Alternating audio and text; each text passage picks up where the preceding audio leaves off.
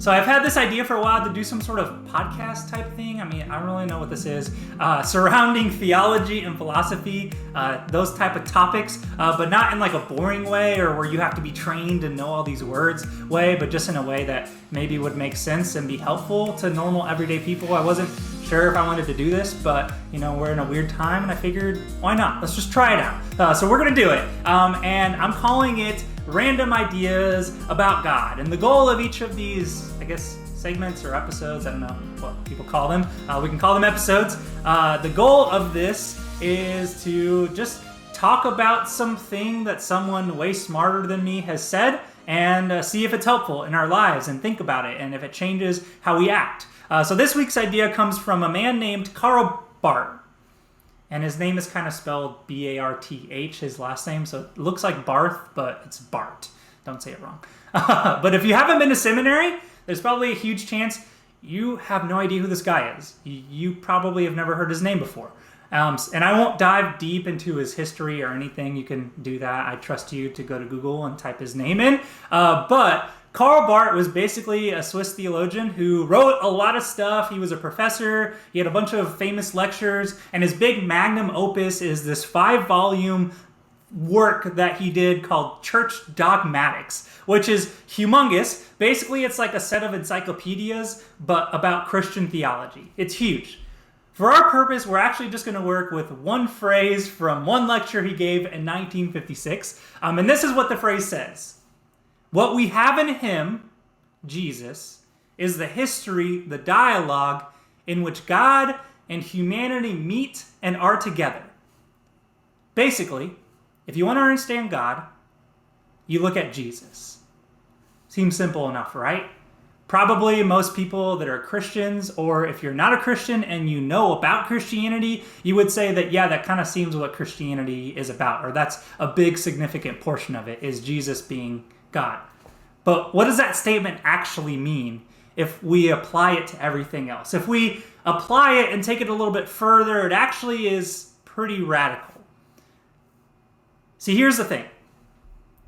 When I say the word God, maybe you might think about some old man in the sky with a white beard and long white hair. You might think about that.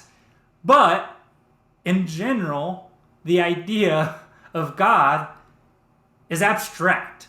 Like, God is an abstract thing. It's something that we can't fully put our finger on. It's not something that we can draw or encompass. God is kind of bigger than all those things. Even God's descriptors in the Bible are really abstract. For example, God tells Moses from a bush, a burning bush, mind you, I am who I am. Well, that's pretty abstract. And then God's name in the Bible is Yahweh, which Yahweh, the word, kind of represents the sounds you make when you breathe. Yahweh. It's very, very abstract. And in certain parts of the Bible, God's presence is described like a cloud that sits in a tent. That's a bit less abstract than the other ones, but still, you get the point. God is kind of an abstract concept. And then Jesus comes around and says things like, I am blank. And when he says that, he's essentially referencing that story with Moses where God says, I am who I am. And he also calls God his Father.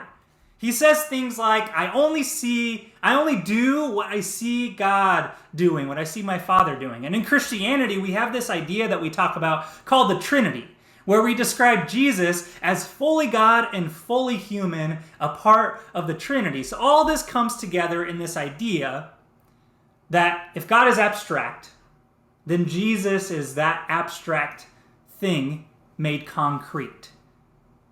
If the idea of God is an abstract one, then we can understand it by looking at Jesus. That's essentially what Barth is saying. That if you want to understand what God is like, if you want to understand God's personality or character or the things God would do if God were a human being, guess what? You don't have to go far. You look at Jesus, God in human form. It's kind of like this. So my wife, Krista, and I had this idea about a year and a half ago to buy a house. So we were at a place in life where we felt like it was the next right choice in our lives, but as an idea, it really doesn't do much. You can start with an idea, but it doesn't really change much of your life outside of something that you think about.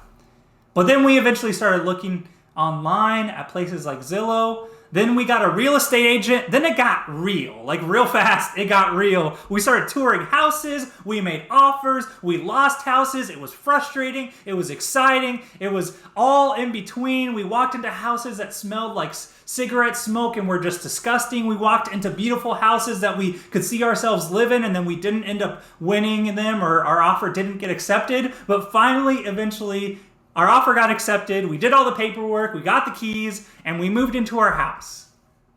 And I'm actually filming from one of our favorite rooms in the house. But our house went from an idea to something real. So you get the point. We can have all these ideas about God, which is fun, which is why I wanted to do this, because I like talking about and thinking about ideas about God. I personally think it's fun, and I hope you think it's fun. But if that's all we have is ideas, then they kind of just sit there in our brain, never really affecting our lives. But if Jesus is God made concrete, then the things that Jesus does are these ideas of God actually taking place. Here's where this gets a little bit radical. So Barth kind of takes it a little bit further later on, and he says, theology can think and speak only in view of Jesus Christ and by starting out from him. So what's he saying there? This is my interpretation of it. So theology is kind of the realm of study of God is what it is. But basically here's what he's saying. That any ideas of God are inadequate if they don't match with the things we know about Jesus. Okay, that's a little bit more radical. Because that means anything we say about God's character, according to Barth, and that things that God would do has to be vetted based on Jesus' actions. And of course, like anything in any set of ideas, there are people and Christians that are going to wholly disagree with Barth's theology on this. That may be you, and that's okay. I totally get it, but I actually agree with Barth because that seems to be what Jesus is saying about himself the entire time. He was showing us what God truly was like. So what are some of the things that Jesus did? This is not an exhaustive list. This is just kind of some of my favorite ones. But he healed people. He fed people. He talked to people that others wouldn't talk to, would actually avoid talking to, would actually create cities in such a way that they wouldn't even walk in the areas where some of these people were. He challenged people to give everything to the poor, to care about those in need. He challenged people who were judging and excluding others. He asked people to follow him that were nobodies in society. And he talked a whole bunch about love. And this is where we're going to land for today's conversation. This idea that God is love comes from a letter in the New Testament in the Christian Bible called 1 John. And I'm not going to go into the details. Again, Google is your friend. If you want to know more, you want to read about it, you want to dive deeper. But the writer says these words in 1 John. Beloved, let us love one another, because love is from God. Everyone who loves is born of God and knows God.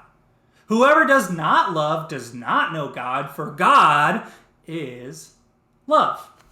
God's love was revealed among us in this way. God sent his only Son into the world so that we might live through him. And this is love. Not that we loved God, but that he loved us and sent his Son to be the atoning sacrifice for our sins. Beloved, since God loved us so much, we also ought to love one another. No one has ever seen God. If we love one another, God lives in us, and his love is perfected in us. You might have heard that piece of scripture read in a wedding or something. They're typically read at weddings sometimes. It's one of the more popular ones. But if you weren't counting, by the way, love was said 13 times in 6 sentences. That's a lot of love. But basically, it kind of if you read it, it kind of agrees with what Barth is saying, that Jesus is kind of God represented, so we would understand God. And if God is love, this is what this is saying. When we love, we're essentially doing what God would do. But here's the hard thing. Just like the idea of God is sort of abstract, the idea of love, the way we use it at least, is also kind of abstract. We can say, like, for example, I love ice cream. And then I can turn around and say, I love my wife. Those are two different, complete different uses of love. Like, one is about consumption and one is about doing life with someone. Those are two complete different uses. Love is kind of this abstract thing unless we look at Jesus. Because if Jesus is God made concrete, then Jesus is love made concrete. So the things that Jesus did were acts of love. And it's no wonder that the two most important things that Jesus kind of said were the two most important rules was loving God and loving other people. Jesus was about love. See, we can say we love something or love someone as many times as we want. But love becomes concrete when we put it into action. Love goes from being abstract to becoming real when it's actually lived out. I can say I love ice cream all I want, but if I never eat it, if I never even smell it, see it, or even know what it is, then all I do is actually love the idea of ice cream. I don't actually love it. I'm not putting love into practice. Instead, it kind of just exists in this world of ideas. And on a side note, something that I thought we could do in the future with this, if it goes well and people enjoy it, is to kind of talk about the idea that we can believe certain things, but if we never actually do anything about it, does it actually affect our lives, and does it actually mean anything that we believe those things? That's kind of sort of related to this. But back to this idea of love. Don't just live in the world of ideas. Actually do it. Go out and love. If love is something that you believe is a part of your life and an important thing that you're supposed to do in this world, then actually put it into practice. Don't live in the world of ideas. Live in the world of action. Peace and grace, everyone. Thank you for joining me.